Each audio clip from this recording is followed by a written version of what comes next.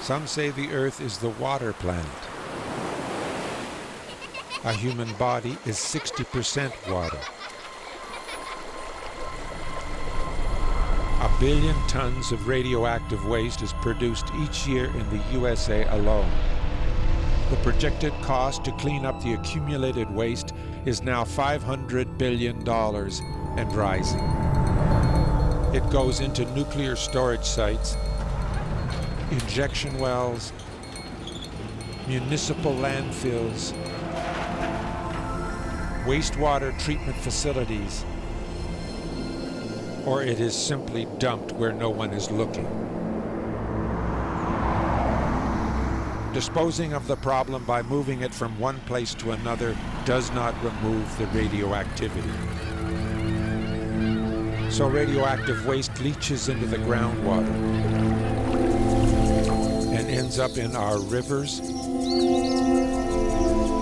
our farm fields, our drinking water, our food, and us. In the US, there are tens of thousands of injection wells, abandoned mines, temporary nuclear storage sites, commercial and municipal dump sites, containing billions of tons of radioactive waste. It will take centuries to clean this up. The true cost? Beyond imagining. It is not a catastrophe in the making. It is a catastrophe now.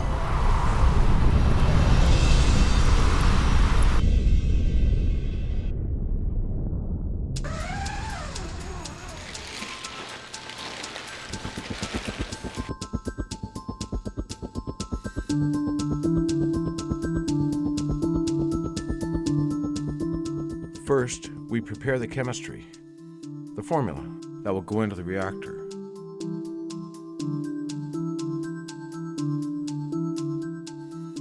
Then we divide this mixture in half. One half is the control sample. It is the exact same material that will go into the reactor for the test. We put the control sample into an Nalgene bottle for shipping. This is the before. We put the other half of the mixture into the SAFIRE 3 reactor for the test.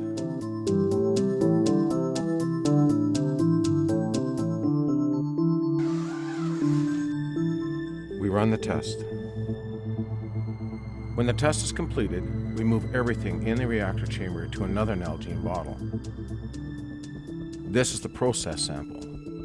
It is the material found after the test. We follow a detailed chain of custody protocol to keep an exact record of the samples in transit through the analysis process and tracking the analysis results sent back to us. Gel Labs will not know which is the control sample and which is the process sample. Both the control sample and process sample will be sent to Gel Labs for analysis. Today we add a new element to the formula, thorium.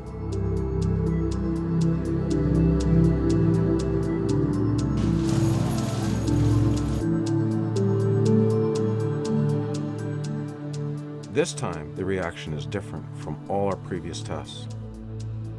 It happens very quickly, in minutes. The current in the chamber rises 4,000% higher than in our previous tests without the thorium. We make adjustments and determine that we can control the reaction, then we deliberately stop it. We package the control and process samples, the before and after, and ship them off to Gel Labs for analysis. Gel Labs will analyze the chemistry of both samples and send back a report.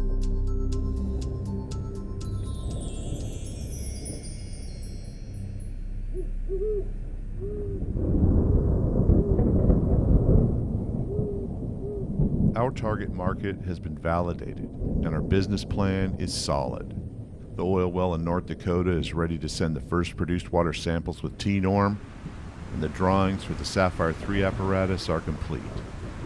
And the design for the first experimental set has been well defined.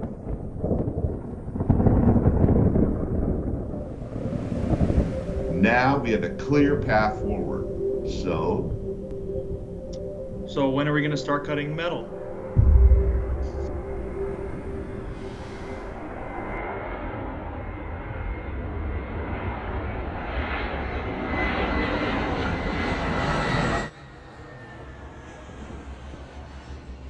The original SAFIRE 2 lab is set up in the middle of an industrial machine shop. Being able to instantly mill parts was a big advantage at the time. The 44,000-part SAFIRE 2 reactor must now be miniaturized to something the size of a portable radio, without losing functionality or capability. The machine shop is a large, successful operation, busy, noisy, full of particulate matter and suspended oils. Situated in an industrial zone near Canada's busiest airport, it is also susceptible to electrical pollution. A new lab is needed for the new experiments, one with a sterile and infinitely more controllable environment. Buying a building for a lab anywhere in or near Toronto would cost millions of dollars, and leasing has become exorbitantly expensive. It is a conundrum Monty and John need to solve.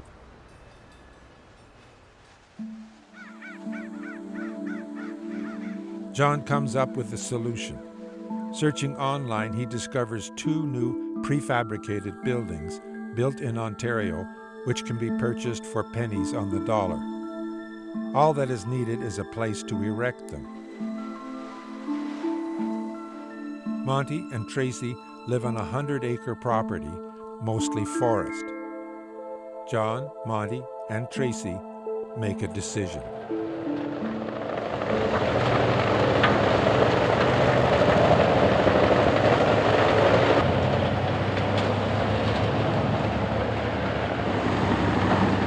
A small bit of that forest is cleared.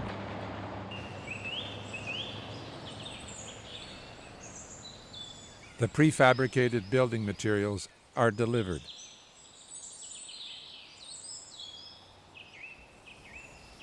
Monty and Tracy survey out the building site. Perfect. That's great.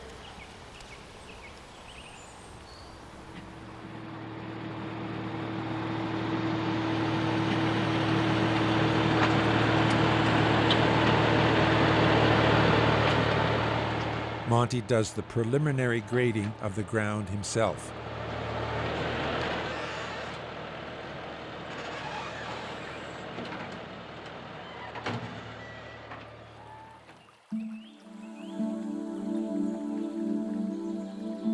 The new SAFIRE lab is being built out in the countryside, far from Toronto, but with all the amenities: power, water, and with a well-serviced town nearby, close enough for shipping and receiving and any industrial supplies needed.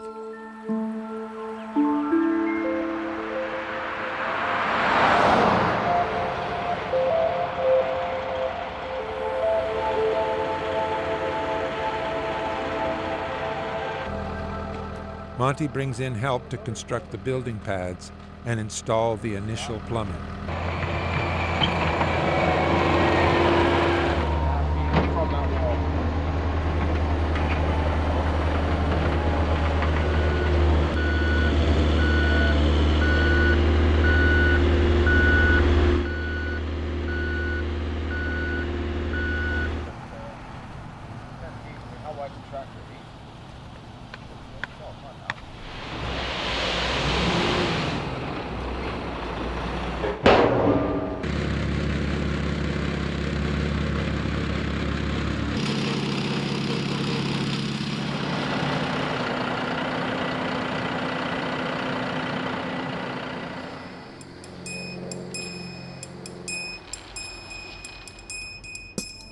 Down at the original SAFIRE lab, Yano and Leighton collect the essential gear needed for the next round of experiments and pack it into Monty's truck for the trip north.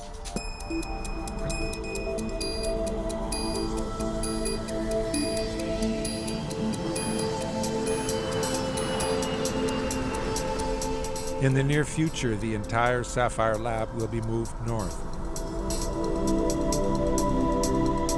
once the new buildings are in place.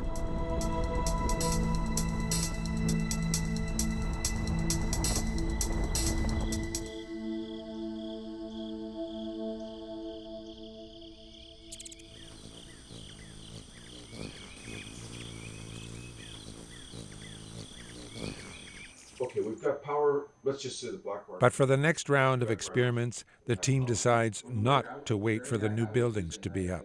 A plan is made to bring everyone together. Yeah, it's just like And the regular 6:30 a.m. online meetings now focus on locking in the new design elements What you're really trying to do is pull this assembly through this end cap.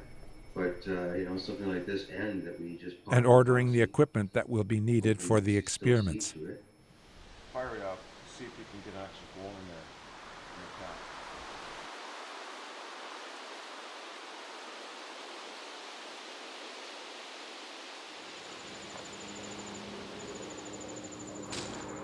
Yano, Monty, and Michael prepare a workshop for the upcoming gathering. For the wall, like if we've got like 6 monitors, we're going to need space for that. The SAFIRE project is no longer a science experiment to replicate the processes of the sun. We have moved from basic research to applied science. 12.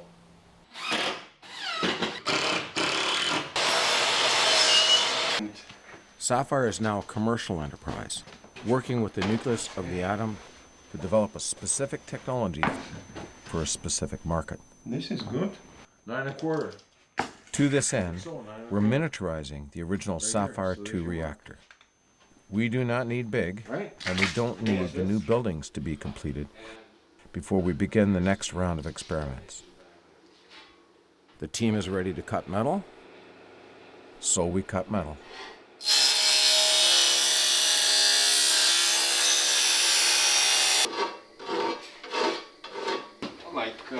Under the angle here. So you may want it a little bit longer, even if it extended further. We are constructing a temporary microlab.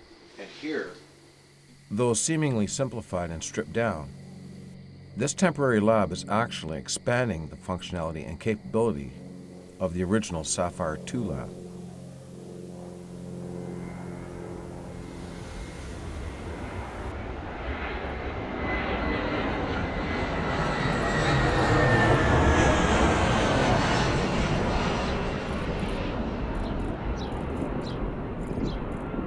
The team arrives from as far away as California, Colorado, Maine, and New Jersey,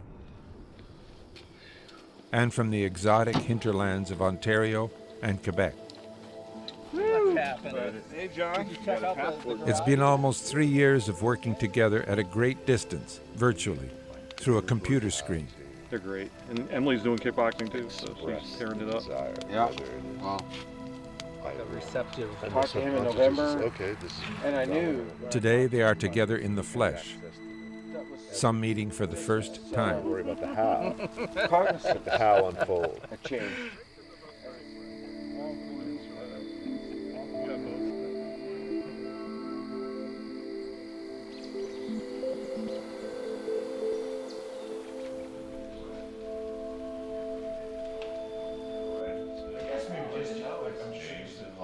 Since we're all here and just have a couple of days, I want to be clear on what our goals are for this couple of days. We'll do the improv rules, which is no one gets to say no. Right. So I think it would be great if we had, if we ran thorium, one thorium run, right? And we talk about what the details of that are, but it's something like we decide, okay, are we going to do thorium in hydrochloric or thorium in salt? We have a control beaker, we have the treated beaker, and then that would be one excellent, I think, endpoint. And we might be able to With SAFIRE 1 and 2, we developed technology that would allow us to replicate certain processes of the sun and stars in a laboratory on Earth. The SAFIRE 2 technology was also capable of elemental transmutation in a gas vacuum.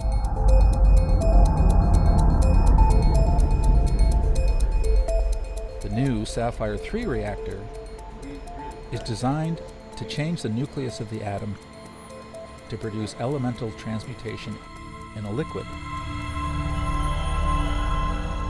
Our objective is to transmute the radioactive elements found in fracking wastewater and to render them benign.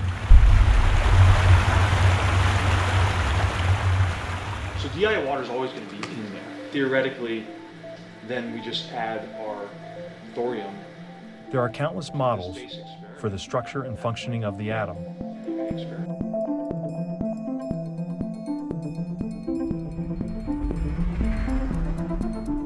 Instead of using a particular atomic model, SAFIRE 3 uses design of experiments. Design of experiments is not a model. It is a super diagnostic tool, a methodology that objectively links cause and effect. It may not tell us why an atom behaves the way it does, but it will tell us what conditions will cause the atom to behave a certain way. It will tell us how to get a specific response, like transmutation. No, W just becomes not conductive. So there is no electrolysis after a second. Okay. Chemistry commentary after you're done. Okay. And then, During all the experiments, we record the key data streams: current, voltage, temperature inside and out, pressure, and time. With design of experiments, we track multiple levels of interactions concurrently. Ultimately, we are able to create the conditions that cause the atom to behave a certain way. It's really an incredibly versatile tool.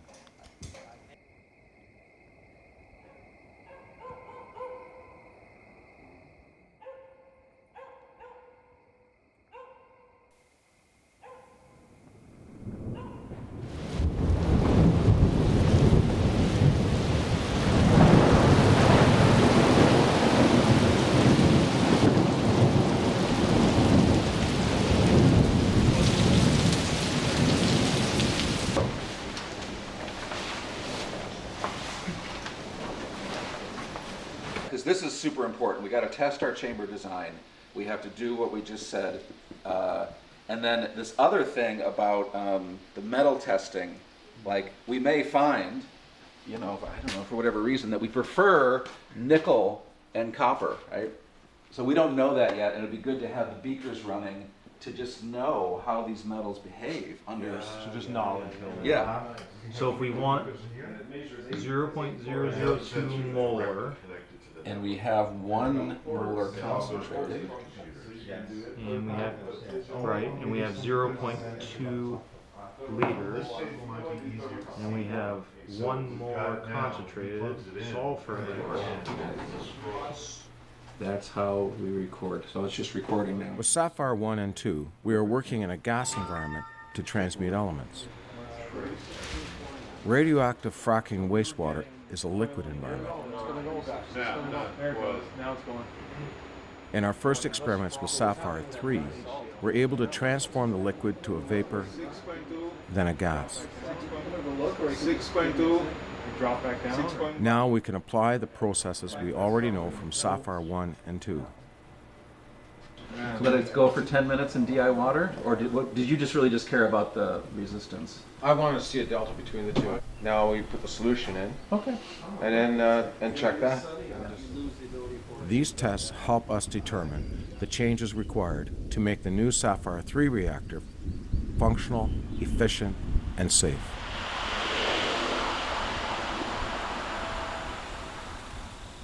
There's at the top of the chamber, so let's just say this is the center.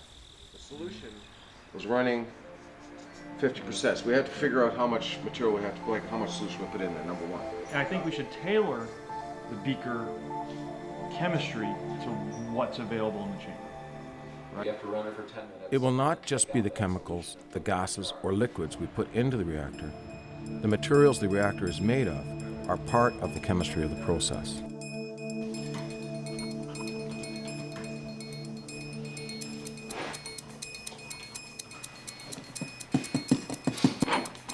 Yep. Do you want the top? I want side, pressure on top. Bottom? Top? Yeah. And then also if we can radon, because that's in the chain too. Hey, gentlemen. Wow, that is cool. Yeah. We discover that a very small change can cause a huge effect. This is actually touching that. If you touch that, you're going to short. Yeah. And then we're going to choose our regions. We can choose points. This tells us that the chemistry is incredibly sensitive. Those four? Sure. Okay. Which is what we want. Paul, we're ready to fill. It's like adding a single drop of something to an Olympic-sized swimming pool. 30. To find the reactor fails, or adding a drop of something else, and the reactor goes into a controllable, steady state.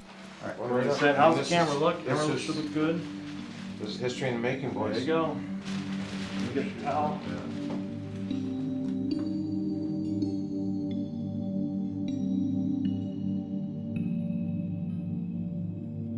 Using the design of experiments gives us control over the way the reactor responds. Okay, so power is connected. Pressure looks happy. Small changes in chemistry or electricity will cause major changes in the way transmutation takes place, or whether or not the process is efficient. Ready? Time, 8:40. So the temperature. It was creeping up before. As an engineer, I've been accused of being a perfectionist. 25, 24. So I ask, if I'm designing a braking system for your car, We got, would you like it to work most of the time? 3 psi. 5 cc's. 8 psi. PSA is climbing slowly. Yeah, it's going up. 9 psi. 45. 10 psi. We're at 12 now. 12. 6.5. Okay, gotcha. Okay. 13 psi. What was the highest pressure of the last 15 psi. 52. 52 is the highest. 52? Yeah. 17 psi. We're developing a commercial product here. 20 psi. 35 psi. In our test, 43 psi. we need to push the SAFIRE 3 reactor until it fails. 48 psi. So we do. Yeah, I thought I saw something fall, but I'm not 100% We'll sure. know in a few minutes. There we go. Yeah, here we all leave.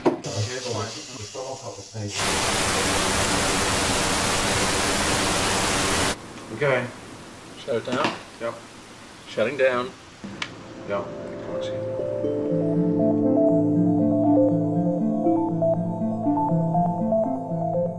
Now we know the failure limits are 500% higher than the actual experiments we will be doing. The jet airliner that flies you across the country has a failure limit of 125%. This means our setup is extremely safe, and it gives us a baseline as we further develop the prototype for the production model. SAFIRE 3 needs to be efficient, resilient, and controllable. It is the basis for the build of the commercial prototype, a reactor that can handle radioactive fracking wastewater 24/7. SAFIRE 2 can be run steadily, controllably, and fully functioning for days at a time. Experience with SAFIRE 2 helps the team sort out the factors needed to establish a steady-state reaction in SAFIRE 3.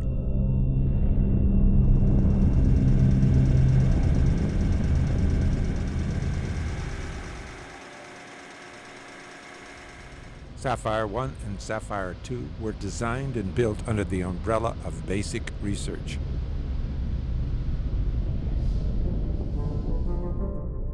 In that world, peer-reviewed papers and endorsements from the scientific community play a big part. The pressure's going down. SAFIRE 3 is happening in a whole other world. This is applied science. The pressure's going to start taking off. the polemics of scientific theory and opinion become irrelevant. Does the technology work? Is it useful? Is it safe? Is there a sufficient market for it? And can it be produced efficiently enough that a fair profit can be realized?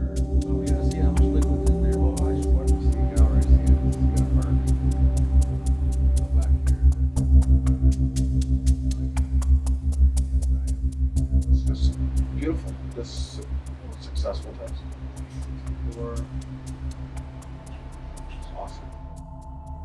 I firmly believe in standing on the shoulders of giants and giving those giants credit where credit is due.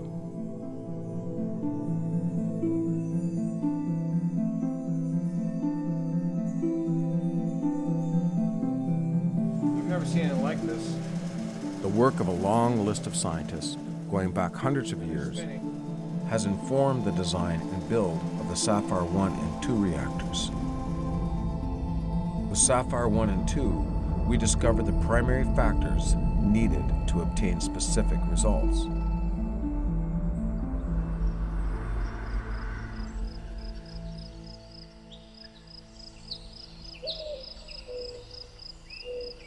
We are exploring two methods of transmutation.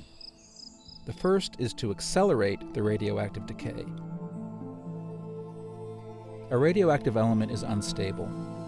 It will decay naturally over time. As it decays, it transmutes into the next element in the decay chain. Thorium-232 will take billions of years to become radium. Radium will decay to actinium in 5 years. Actinium will decay to thorium-228 in about 6 hours. The decay rate can be speeded up. This process was validated and replicated by numerous individuals and institutions in the 1990s, but not developed any further. We are investigating how efficient this process might be made, meaning speeding up the decay rate of the radioactive element such that it becomes a lesser, non-radioactive element, like lead.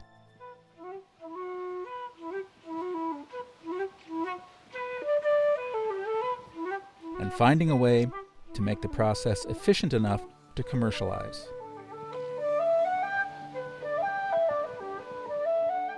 The second method of transmutation we are studying is a form of nuclear rearrangement. In SAFIRE 2, we were able to transmute tungsten into 17 additional lighter elements. There are two standard models for what might be happening here. Fission, where one big thing becomes two smaller things. Or fusion, where two small things become one bigger thing. In our case, a third model might apply better, a model comparable to biochemistry, where different molecules come together, swap atoms, and produce a number of different new molecules.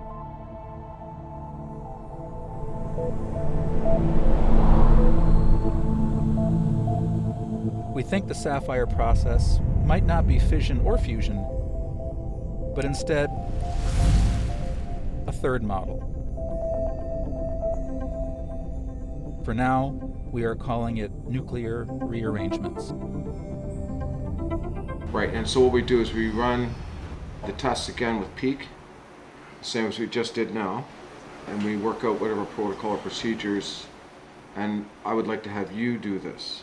You had this aspect. This is at the core of what we're doing here. We're establishing the control factors needed to get one element transmuting into another element or elements. Okay, that's it. The only thing that, right, not yet, salt be later. We saw decomposition with salt, but it may be wet salt.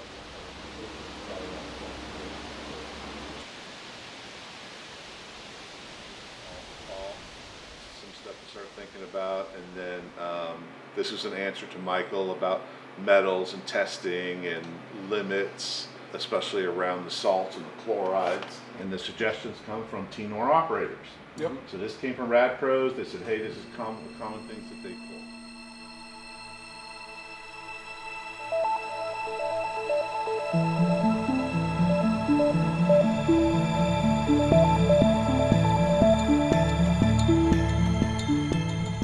We have established working relationships in the field with oil producers, engineers, scientists, and laboratories who specialize in the handling of T-norm in produced water.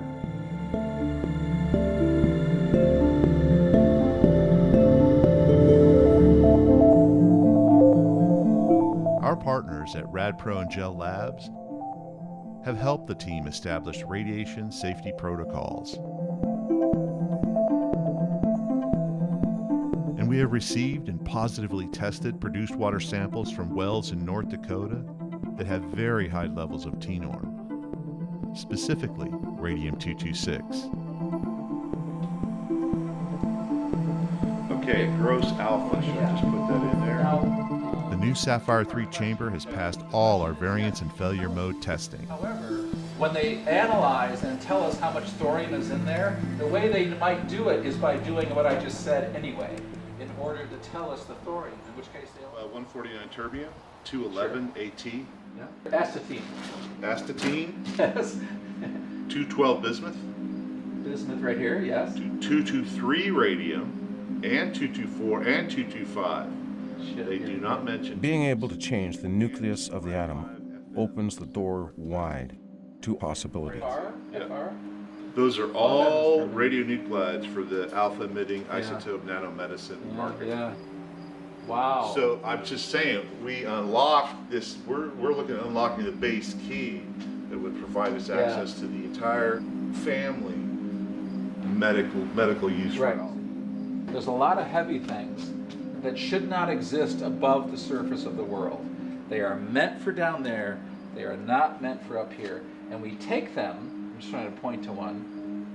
Radium. We take them. We take that, which shouldn't be up here anyway. And then we put it in these chambers, and these chambers produce, you know, boom, boom, boom, boom, boom, which should be up here. Those are the things that are supposed to be up here. So these chambers take these things that are not supposed to be up here, and they turn them into these things that are supposed to be up here. Now that's an incredibly useful thing. But you're taking Every vision has a big picture and a small picture. The big picture is a view looking through that door. Yeah, it just shows the complexity of this world here. The small picture Cool. is less glamorous, but more useful. What is the next step to get us through the door? Stay away 15 minutes on this. Happen more, man. Once every 3 years. Before Thursday morning, though. Before Thursday morning. Easy. Drive safe. So long. The planned tests and experiments have been successfully completed. The next steps to be taken have been clearly defined. For your hospitality. You're very welcome. John. See you again. Nice to meet you. Nice to meet you. Some of the team head home. Bye, Dan. But everyone will be at the 6:30 a.m. meeting the next morning, wherever they are. I think we're circling around the same question.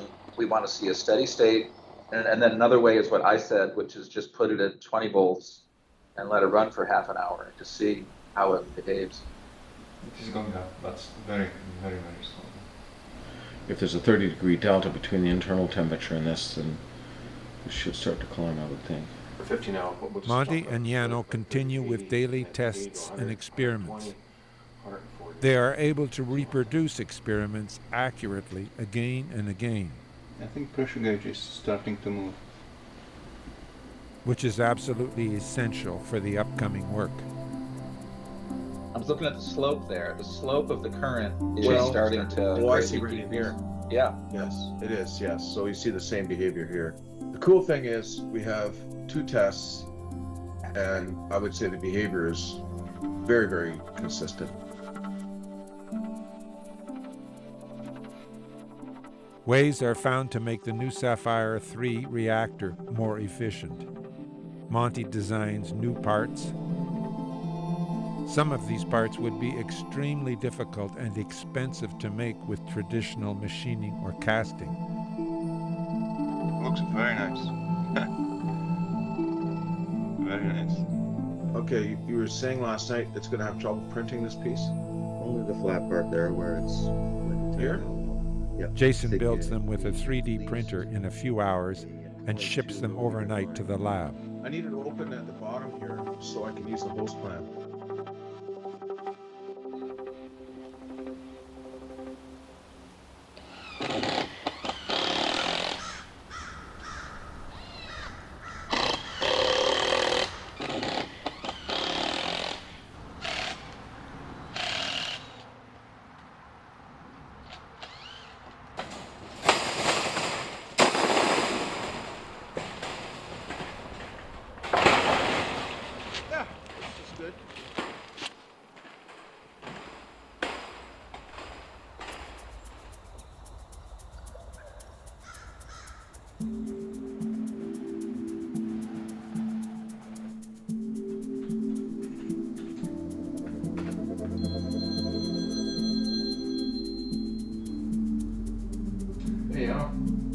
I sent you an email.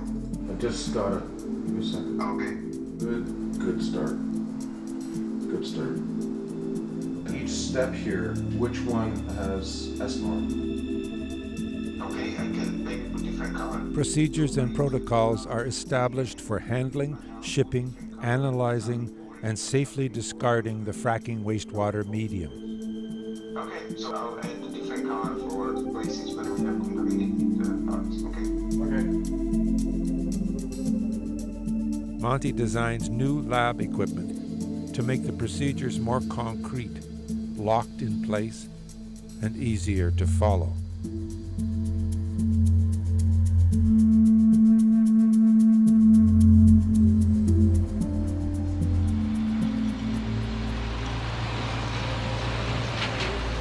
The concrete guys arrive at 6 in the morning, and the job is completed in 3 hours.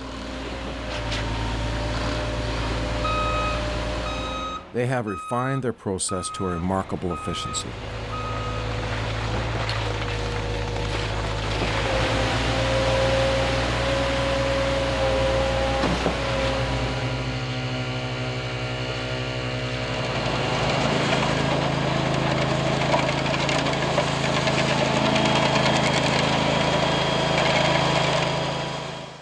I like the idea they represent, laying the foundation for the future of the SAFIRE project.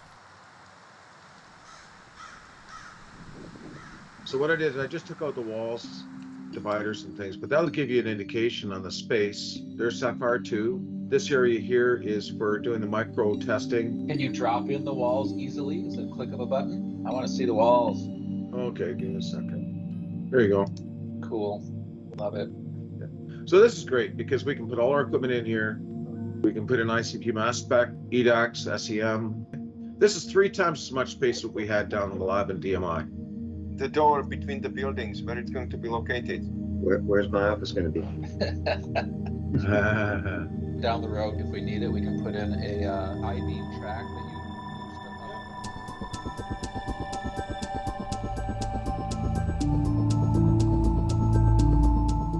We have already run tests a score of times to determine the safety margins and control factors for this specific electrochemical formula. We can now accurately and predictably repeat the process each time. Today we add a new element to the formula, thorium.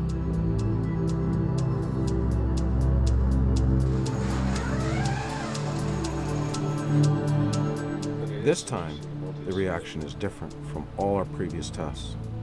It happens very quickly, in minutes. The current in the chamber rises 4,000% higher than in our previous tests without the thorium.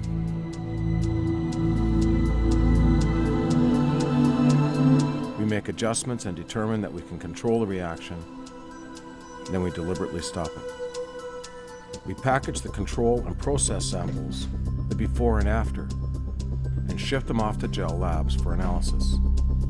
We dismantle the reactor and remove the electrode at the core. We have an identical electrode that was never in the reactor. We will have both analyzed at 2 separate labs. This will give us the before and after of the core material in the reactor. The morning after the thorium tests, Monty and Yano drive down to Toronto to get the analysis done.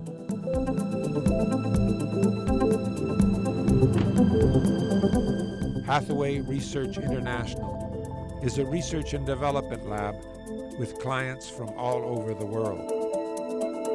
It is also the lab where SAFIRE 1 was built and tested.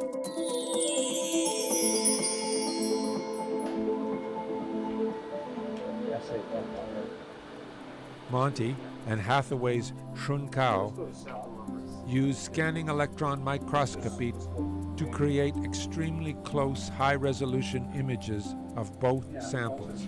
Do you know what these are? These complementary? Exactly. I want to see if we go with silver. They then use EDAX, an X-ray technique, to identify the materials the electrodes are made of and the materials found on the electrodes before and after. Throughout the day, numerous scans are run over different areas of the electrode samples.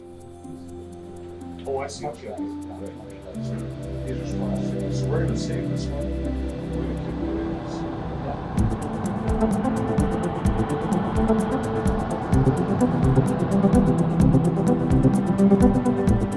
it. Driving home that evening, I contemplate what the SEM and EDAX analysis have revealed. This is the photographic image of the surface of the electrode before running the test. You can see the machining on the surface. The electrode is made of a proprietary metal and part of a patented process. The color overlay represents the principal element found in the proprietary metal of the electrode. This is the second element found in the same proprietary metal. Oxygen is also found on the surface, which would come from a normal oxidation. And there was carbon, which is often seen in relation to this metal. So the SEM and EDAX detected 4 elements making up the control sample of the electrode before it went through the test. This is the SEM photo image of the electrode sample taken after the test. You can see the surface is intensely scarred. This is a color indicator of the proprietary metal, the basic metal of the electrode. This is the thorium we put into the chamber in a soluble form. Some of that thorium is now evenly dispersed over the electrode surface.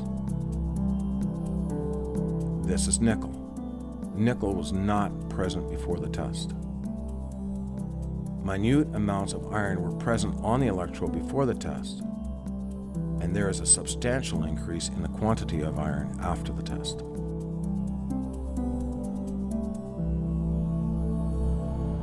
Michael Claridge runs another series of SEM and EDAX analysis in a separate lab in Boston. His results confirm that new elements have appeared on the electrode sample post-experiment.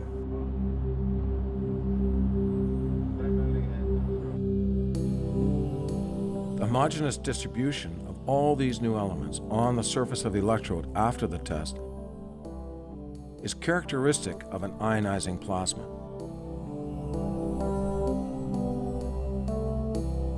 The calcium might be the most remarkable of all the new elements.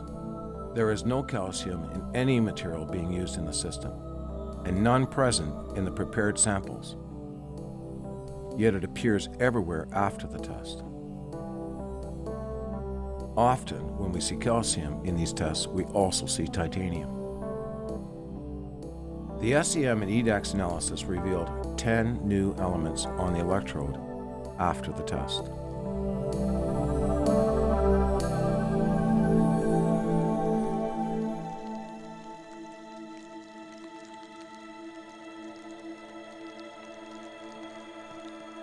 The 200-page report arrives from GEL Labs. It confirms everything observed with the SEM and EDAX analysis, and adds more.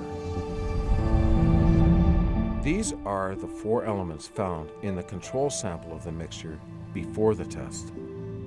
These are the original 4, and 14 new elements found in the mixture after the thorium test. This shows the before, the original elements, and relative amounts found. This is the after, showing the original elements, the new elements, and their relative amounts. This is the before and after, compared side by side. The test using a higher concentration of thorium showed a higher number of new elements. During the reaction, the amount of thorium was decreased by over 84%. Note that lead is one of the new elements.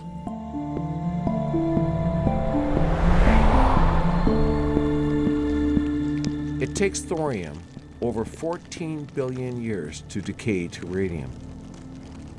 Then radium decays to actinium, and so on down through the other radioactive elements in the decay chain, until the chain ends in lead, a non-radioactive element. The great decrease in thorium and the increase in the amount of lead is indicative of an accelerated thorium decay. We know the technology works. Now the question is, what steps do we take to move forward? What we need to do is build something more advanced so we can do more real-time analysis. That would mean real-time gas analysis. There's evidence that we could be creating helium in this. It's given that we're producing hydrogen for sure. And doing sample analysis, any solution that may be in the chamber, and doing ICP mass spec during the test so we know when and what the primary factors that are involved in this process. But we do have to be able to move the material through our technology so that it comes out clean. And when I say clean, no radioactive nuclides. That way we can also filter the water so it's either potable or can be used in farming or put back into the environment. So this is the same timeline that the whole team committed to when we built the business plan, except we've gotten a year's head start. We got a free year, and we got amazing results. You know, we're working with a liquid, and we have done transmutation on radioactive material, which is absolutely mind-boggling.